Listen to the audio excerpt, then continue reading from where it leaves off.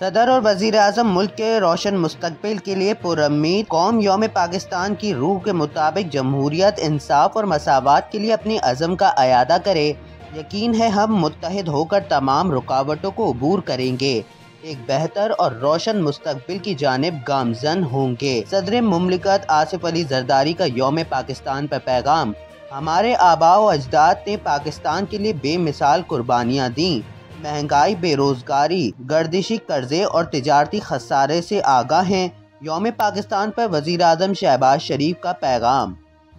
وزیر خزانہ اورنگزیب سے برطانوی ہائی کمیشن کی ملاقات، دو طرفہ اہمیت کے امور اور اقتصادی تعلقات پر گفتگو۔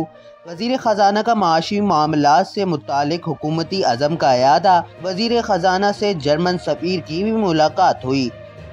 اقتصادی رابطہ کمیٹی تشکیل، وزیر اعظم سربراہ ہوں گے۔ وزیر خزانہ، وزیر اقتصادی امور اور وزیر تجارت، وزیر پاور، وزیر پیٹرولیم اور وزیر پلاننگ رکن مقرر۔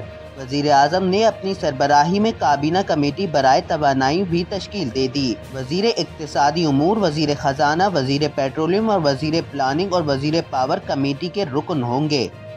خیبر پختونخوا اسمبلی کا اجلاس کب بلایا جائے گا؟ معاملات تعطل کا شکار۔ خیبر پختونخوا اسمبلی کا طلب کیا گیا اجلاس نہ ہو سکا۔ اسمبلی ہال کو تالے لگ گئے۔ اپوزیشن ارکان کا شدید احتجاج۔ وزیر قانون آفتاب عالم نے گورنر کے اجلاس بلانے کو غیر آئینی قرار دے دیا۔ وزیر اعظم فارم 47 والا ہے، دھاندلی پر کیا بات کروں؟ مینڈیٹ چوری ہوا، حکومت غیر آئینی ہے، اسے نہیں مانتے۔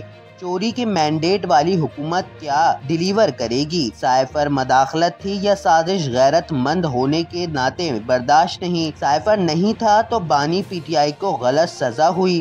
ڈونلڈ لو نے جھوٹا بیان دیا، اس پر اسد مجید کو بلانا جانا چاہیے تھا۔ وزیر اعلیٰ خیبر پختونخوا علی امین گنڈا پور کی میڈیا سے گفتگو۔